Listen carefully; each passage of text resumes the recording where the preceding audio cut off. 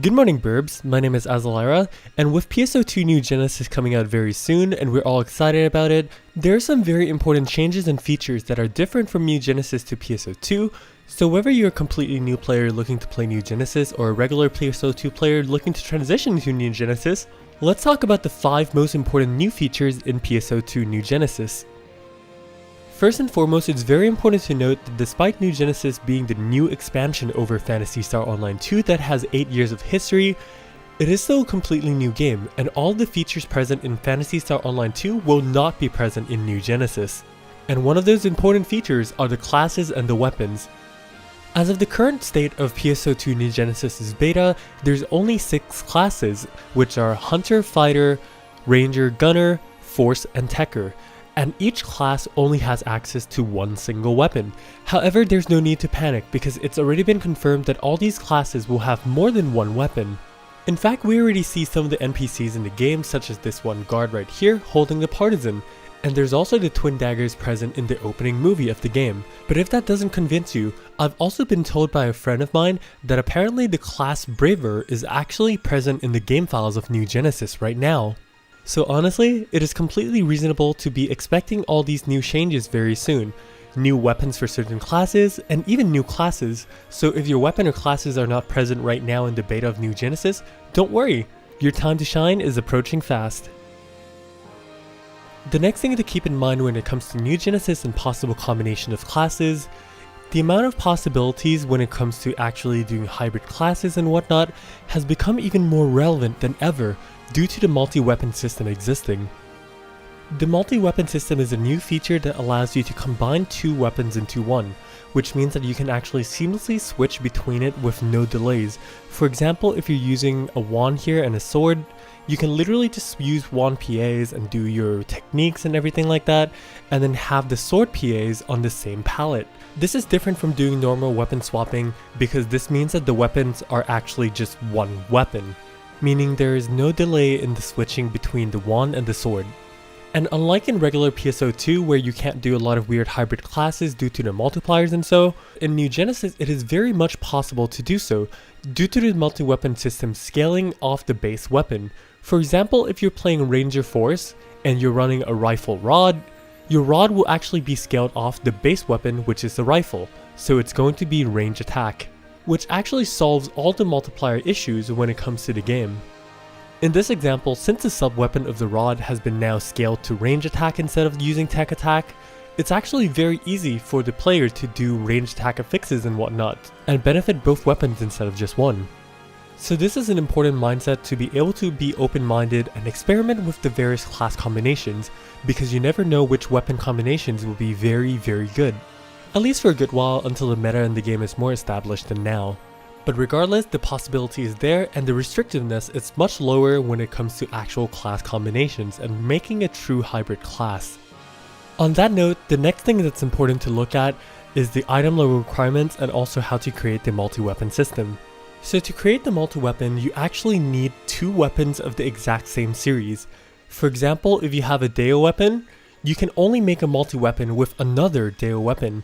You cannot, for example, use like a Deo weapon and then use like another weapon series together to make a multi-weapon. It does not work like that. So keep this in mind when you're farming bosses and stuff for drops when you're playing New Genesis. And now for equipping the weapons themselves, unlike the base PSO2 game, the weapons now actually have a level requirement for you to even equip them. For example, 1-star weapon will need level 1 to equip, 2-star weapons need level 4, 3-star weapons needs level 11, and 4-star weapons need level 15. What this means, for example, is if you're level 7, you cannot equip 3-star weapons because the requirement for it is that you have to be level 11. So you actually cannot cheese your way up anymore by just equipping a very high level weapon when you're low level to try to level up really fast. So keep an eye out for those item level requirements. You don't want to be preparing a weapon and then suddenly realizing that you cannot equip it because your level is too low. And now speaking of preparation, the next most important feature in New Genesis to understand is, because the fact that the game is an open world, there is going to be gathering that has to be done. With the nature of PSO2 New Genesis being an open world, it comes to no surprise that you will have to travel around this open world to find various specific materials and whatnot to upgrade your weapons. For example, to create the multi-weapon, you will need these items called the photon quartz, which you will find easily just running around the world. Then there's also going to be these red rocks called the monatites, and then also a photon chunk to unlock your weapon's cap and also potential unlocks. So while you're running around and adoring the scenery of New Genesis, do keep in mind that these crystals and whatnot will be very useful for you in the near future. It's best to spend just a little bit of time to collect all these materials on site, because you never know if you ever need to use any of these materials in the future or not. Just collect them and have them in your bank, and trust me, your future self will be thanking your past self very much. Because when you got a new shiny weapon, you definitely want to use it right away and grind it to its maximum potential, instead of having to go around and collect these photon quartzes and whatnot. And now the very last thing to know about New Genesis is how to get your skill points. Because as of now, the system, you do not get skill points for leveling like the usual PSO2. Instead, around the world you will find these 4 cocoons in which you will have to clear each cocoon, and one cocoon will give you 1 skill point for each first clear. These cocoon quests kind of acts as like a tutorial to the game. It teaches you various like combat and also movement and things of the sort, for you to be more acclimated with the game. But now you might ask me, why are there 5 things circled on the map here? And that's because there's actually a 5th cocoon, which kind of really isn't a cocoon, but also is a cocoon. Yeah. Anyways, this one is called the Tower, and it is going to be the final cocoon test, which basically kind of like brings all the stuff you learned from the first 4 cocoons, and then the 5th one is like, yo, this is the final test, which gives you 2 skill points instead of just 1. So once you cleared all 4 cocoons and also the tower, you will have a total of 6 skill points, which can be distributed with your classes. Each of the classes will have their own individual skill points, which means that the 6 that you're getting from the cocoon is 6 in all of the individual classes. For example, if you're playing Fighter Gunner, you will have 6 skill points in Fighter and 6 skill points in Gunner. And just to note, this might not be the end-all be-all ways of obtaining the skill points, as this information is from the closed beta. But we'll still have to continue and see for the future what kinds of actual ways we can get the skill points from. And that is 5 new important features to understand for getting into New Genesis. So to give a short recap, don't be worried at the start about the lack of weapon and class diversity, because a lot more will be added very soon.